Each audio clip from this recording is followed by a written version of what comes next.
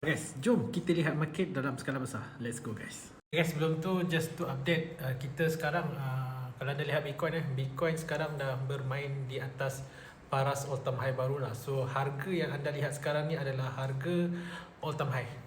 Di mana harga yang dah tak ada resistance lah guys. So this is what we call bila mana proses berlaku break all time high. Okay, itu yang berlaku siang tadilah. Baik. So dalam skala besar, dekat mana hala tuju Bitcoin ni? Alright, sebelum kita discuss Bitcoin, kita lihat dulu ada mana hala tuju Bitcoin nak pergi ni. So kat sini adalah week of schematic. So basically Bitcoin dia dah break sikit lah, breakout sikit, dan masih lagi ada lagi continuation breakout yang kenaikan yang selanjutnya Bitcoin boleh pergilah. So kita dah 2.3 bullish pretension dan dia akan go to 2.4 trend continuation. Dan baru kita akan capai dekat 3.1 start distribution phase.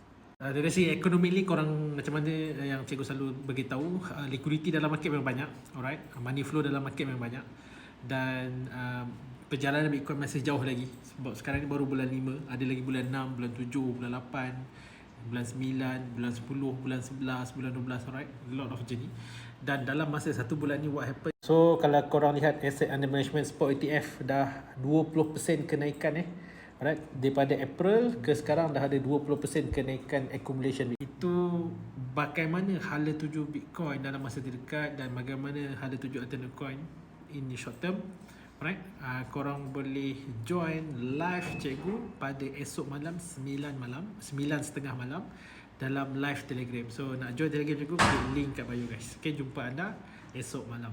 Let's go live daripada cikgu.